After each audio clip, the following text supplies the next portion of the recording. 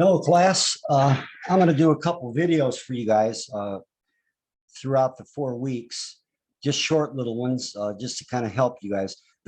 I just have this sketch up because that helps the camera focus. If I have a blank sheet, it doesn't focus, but that's a sketch I did in Italy.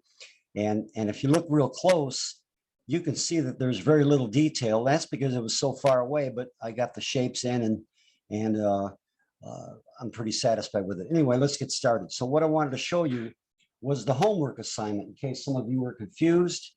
So the first step, we'll get right into it here, is draw a horizon line or the eye level right across the middle of the page. Okay, I'm going to get a darker marker. Okay, so you got that halfway across. Don't use a ruler. Mark your vanishing points at the very outside of the paper. And anywhere down below, just a random vertical line. Okay, mark the two endpoints. Okay, then step two is you want to have a line going off to this vanishing point, but don't draw the whole line in. It's going to get too confusing. What I do is when it's a long line like that, I'll kind of get my arm going and gradually I just kind of, okay, I got it. Remember, your arm is a compass, so you want to be deliberate and make sure you're aiming toward that vanishing point. If you're off a little bit, it's not going to make that big of a deal. Okay, then the next step, and sometimes you can turn the paper to wherever it's convenient for you. For me, if I turn the paper, I draw horizontal lines better than angled lines. So I'm going to turn this a little bit and I can kind of get that going off to the vanishing point. Again, don't draw that whole line in. You need to get used to just kind of getting your arm going there and then lay the line down and be done with it. Okay, so you got that much right there. And then arbitrarily just pick a depth or width to this structure. And it should look like a sketch. So don't pinch your pencil, or I mean this should be done in pen, by the way. Don't pinch your pen and try to draw an exact line. Make a nice, quick, deliberate line. If you do it a couple times without pressing or without touching the paper, you kind of get the muscle memory going. Okay, the same on this side. Just arbitrarily, wherever you decide to go, make sure it's parallel to this. Kind of look at it as you draw. Okay, that looks pretty good. Okay, now you've got these two back points. So this, in reality, this line, and this line that goes in here are parallel in reality. In perspective, they go to that vanishing point. So that's a rule you can remember. All parallel lines go to the same vanishing point. So I'm going to be going out here. Okay. And extend it beyond where it should end. And then this point right here is going to go to that vanishing point. There you have it. Then if you want to, just for, if I know you want to darken it in because it looks nicer. If you want to darken it in, go ahead and do that. And it will look nicer as a sketch. If you go a little bit beyond the corners, that's okay. It kind of gives it that sketchy look. Notice how I turn the paper. I can draw a vertical line pretty darn straight when I'm drawing toward myself. Whatever works for you.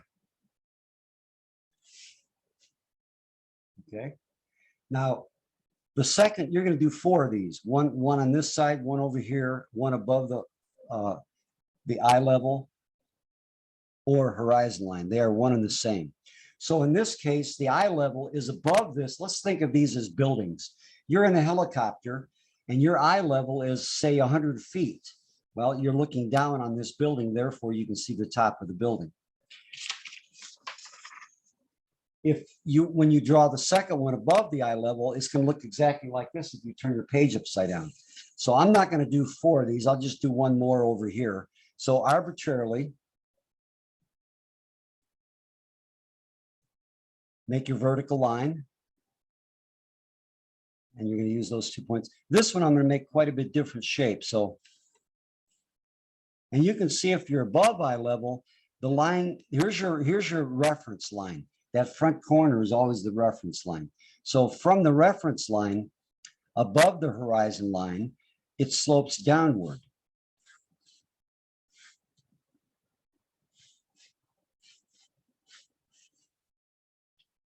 sloping downward to the vanishing point.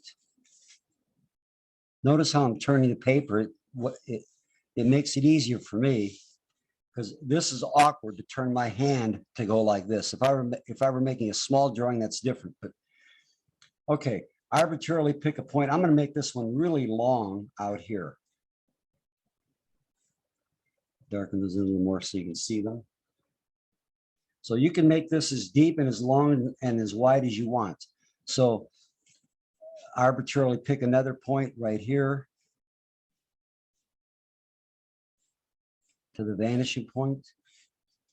You've already got this one. This point already goes to that vanishing point. So it's parallel to these other two lines. So it's got to go to this vanishing point.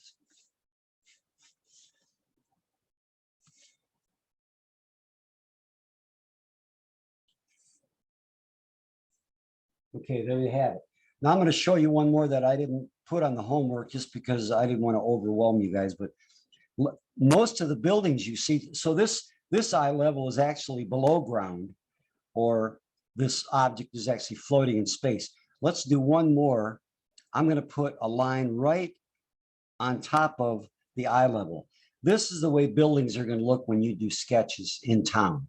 Your eye level is going to be somewhere either in the middle or toward the bottom of that building. If the building's 30 feet high, your eye level is 5 feet. Okay. So if this is 30 feet right here to here, my eye level is about 15 feet. Maybe I'm standing on a wall, or I'm on a ladder, or across the street in a second floor window. Anyway, so there's my reference line, the front corner of the building, to that vanishing point, to that vanishing point. And then this goes to the other vanishing point. You know, you'll get used to using a pen, of having a real light touch. You can see how light that line is. If I wanted to, I can make it real dark. But you'll get used to using your pen with a light touch. And remember, I showed you, if you keep your finger straight instead of like this, you'll have a lighter touch. So I'm conscious of the fact, keep my finger straight, and it gives me a nice light touch.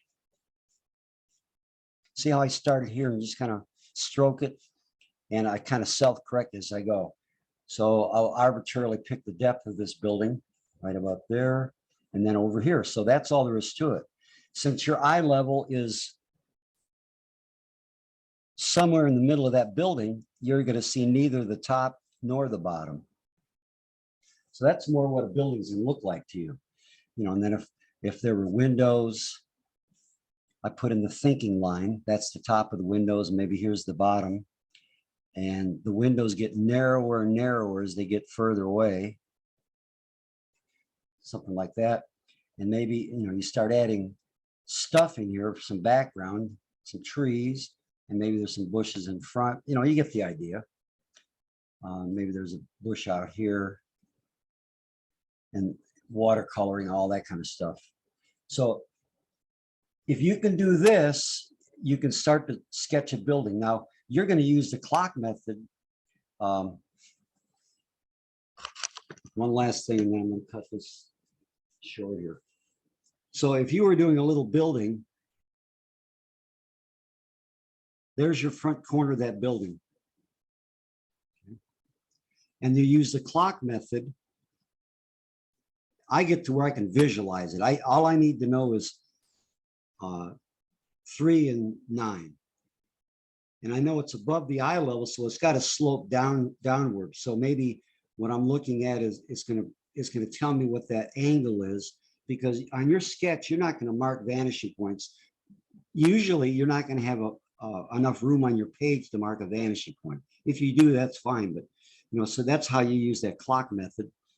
And I don't really need to do the bottom, because I can kind of visualize where that vanishing point might be. And then I can do the bottom just by visualizing where the vanishing point might be.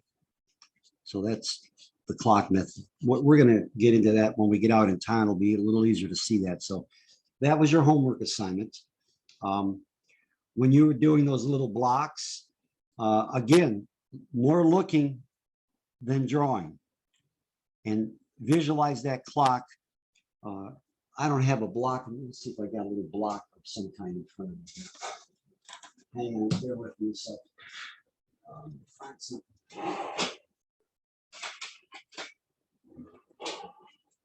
There we go. The little sewing kit. That's just like what you're looking at. So if you're looking at it from this angle right here, let me position this. You're seeing three sides. So I look at this right here, and I can hold the pen up where I can visualize the clock right on this corner going around from where I'm looking at it.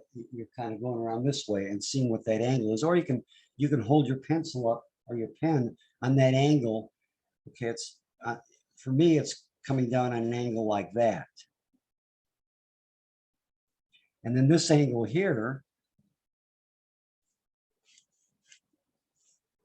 remember I said, don't worry about vanishing points, just make the lines parallel. So instead of a vanishing point, just parallel. And look at the proportions. Here's how much I see of that area.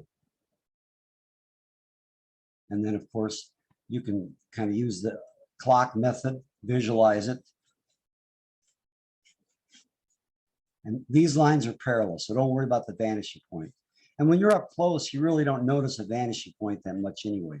So parallel, parallel. This line back here, it's a little bit longer than it is wide. So I'm saying right about here. It needs to be parallel. Parallel, parallel, and then from this corner, parallel to this. Okay, so what you're seeing may be a little different than what I'm drawing. So if I want to, I can go ahead and darken those in. But you can see how sketchy that looks. It's because I kind of work that line a little bit. You're exploring the geometry. Again, this front corner right here is where you start, the corner that's closest to you. And then you want to get these angles correct. And if you hold that very still and just visualize a clock around it, for me, this looks like about 1 o'clock. Okay, here's my clock, 12, 3, and 9. Yeah, that's about 1 o'clock right there. See how that works? And you'll get to where you don't need to hold that little crutch up. You can just look at something, and it's all based on a vertical. I'm basing that on a vertical, which is 12 and 6. So if I visualize that clock, I mean, you can even sketch it in there lightly. And then what I'm seeing when I look at the object, I see 1 o'clock right here. And once you have that angle, that it kind of establishes everything. Okay, that's the end of the video. Hope that helps. Like I said, I'll be doing more videos throughout the rest of the class, especially when we get more into perspective. Okay, thanks for watching. Hope it helped, and we'll see you Wednesday.